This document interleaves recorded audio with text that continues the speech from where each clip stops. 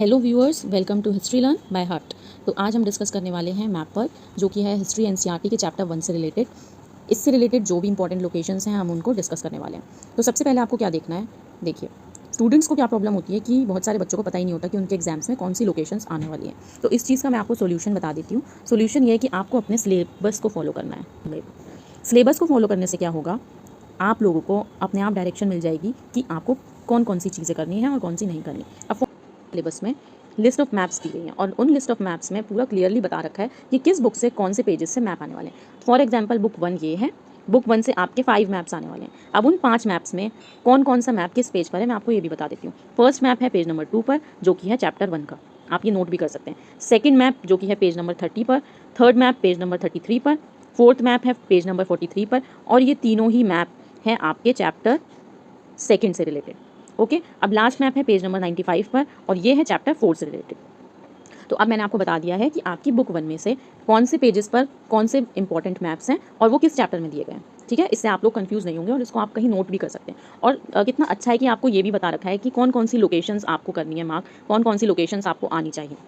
आपको इधर उधर कहीं नहीं भागना है, सिर्फ सिलेबस को फॉलो किया करिए, आपको अपने आप डायरेक्शन मिल जाएगी। तो अब हम आगे डिस्कस करते हैं कि हमारे पास कौन कौन सी हड़प्पन साइट्स हैं जो कि एग्जाम पॉइंट ऑफ व्यू से इंपॉर्टेंट है। अब मैं दिखा देती हूँ आपको आपकी बुक में कौन सा मैप दिया है। ये देखिए, आपकी बुक में दिया है ये मैप, जो कि है पेज नंबर 2 पर।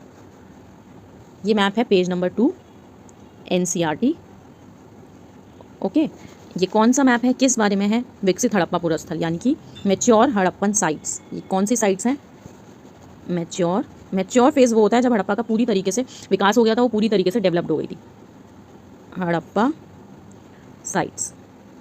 ओके, अब यहाँ आपको कुछ लोकेशंस दिख रही होंगी और इस मैप में एक प्रॉब्लम है। एक्चुअली मैप में प्रॉब्लम नहीं, प्रॉब्लम आपके समझने में हो जाती है, क्योंकि इस मैप में जो भी लोकेशंस दी गई हैं वो स्टेट बाउंड्रीज़ के अंदर नहीं है। यानी यहाँ पर किसी भी स्टेट की कोई बाउंड्री नहीं बनाई गई है कि राजस्थान यहाँ है, हरियाणा यहाँ है, गुजरात यहाँ है, इस तरीके से कुछ नहीं बताया गया। इसीलिए आप लोगों को कन्फ्यूजन हो जाती है कि कौन सी लोकेशन कहाँ है। तो इसी के लिए मैं आपको एक लिस्ट प्रोवाइड कर रही हूँ।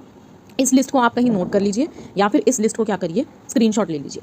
और इस लिस्ट में मैंने सारी लोकेशंस को इस तरीके से अरेंज किया है कि आप ये जान पाएँ कि कौन सी लोकेशंस किस एक जगह पर हैं। जैसे फॉर एग्जांपल पाकिस्तान में जो सारी लोकेशंस हैं उन्हें मैंने यहाँ एक साथ लिख दिया है। पाकिस्तान में ये सारी लोकेशंस हैं: हड़प्पा, मोहनजोदड़ो, चन्हुदड़ो, कोटदीजी, बालाकोट, सुत्तरगंडोर। आपको ये सारे नेम्स याद करने हैं और ये भी ध्यान रखना है कि ये सारी लोकेशंस पाकिस्तान में। मैंने इनको एक ही साथ कर दिया है, आपके लिए ईजी हो जाएगा समझना। नेक्स्ट है गुजरात में कौन सी लोकेशंस हैं। गुजरात में है धोलावीरा, नागेश्वर एंड लोथल। और यहाँ इंग्लिश में भी मैंने मेंशन कर दिया है, क्योंकि इंग्लिश मीडियम वाले बच्चे भी मुझसे बोल रहे थे, तो यहाँ से वो लोग भी नोट कर सकते हैं। सेम ही नेम्स हैं, इंग्लिश में हिंदी में दोनों में सेम ही नेम्स हैं, तो यहाँ भी वही लिखा है, धोलावीरा, नागेश्वर, लोथल। नेक्स्ट है हरियाणा में 2 लोकेशंस हैं। कौन कौन सी हैं? राखीगढ़ी और बनावली। आपको याद रखना है हरियाणा में कौन सी लोकेशंस हैं, राखीगढ़ी और बनावली। और लास्ट में यहाँ पर दिया है राजस्थान में एक ही लोकेशंस है जिसका नाम क्या है, कालीबंगा। और जम्मू कश्मीर में एक ही लोकेशन है जिसका नाम क्या है, मांडा। अब एक और लोकेशन है, 1-2 लोकेशंस और हैं जो कि अफगानिस्तान में, बट वो क्योंकि बहुत लेफ्ट साइड में है तो मुश्किल ही है कि वो आपसे एग्जाम में पूछी जाएंगी, लेकिन मैं फिर भी आपको बता देती हूँ। अफगानिस्तान में है शोरतुगई। बट ये क्वेश्चन ज़रूर आ जाता है एग्जाम में, मार्क करने को नहीं पूछेंगे लेकिन एमसीक्यूज़ में पूछ लेते हैं कि शोरतुगई हड़प्पन साइट कहाँ पर है। तो कहाँ पर है ये? अफगानिस्तान में। अफगानिस्तान में, ठीक है, यहाँ स्पेस नहीं है तो आप लिख लीजिए, अफगानिस्तान में है ये शोरतुगई। अब मैंने आपको सारी इंपॉर्टेंट लोकेशंस यहाँ पर लिख कर दे दिए हैं, इसका स्क्रीनशॉट लीजिए या फिर लिख लीजिए। आलस मत करिए, अभी ही नोट कर लीजिए और सारी लोकेशंस को प्रैक्टिस करके लर्न कर लीजिए। जितना आप डिले करेंगे आपके लिए मुश्किल होगा। तो अब हम मैप पर देख लेते हैं इन सभी लोकेशंस को। यहाँ पर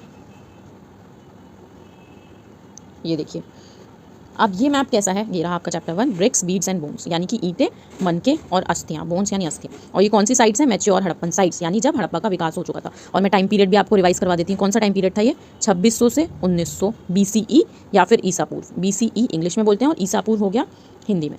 अब देखिए, हमने सबसे पहले पाकिस्तान की लोकेशंस देखी थी। तो पाकिस्तान में कौन कौन सी लोकेशन है हमारे पास? हड़प्पा, उसके बाद मोहनजोदड़ो, कोटदीजी, चान्हुदड़ो, बालाकोट। ठीक है, ये आपको याद रखनी है। और सुत्तरगंडोर भी है, वो थोड़ा इस साइड लेफ्ट में है, पाकिस्तान के बिल्कुल लेफ्ट कॉर्नर में। तो वो भी आप लोगों से अगर पूछी जाए तो आप मार्क कर देना, पाकिस्तान के लेफ्ट साइड में। ये लोकेशंस हो गई पाकिस्तान की।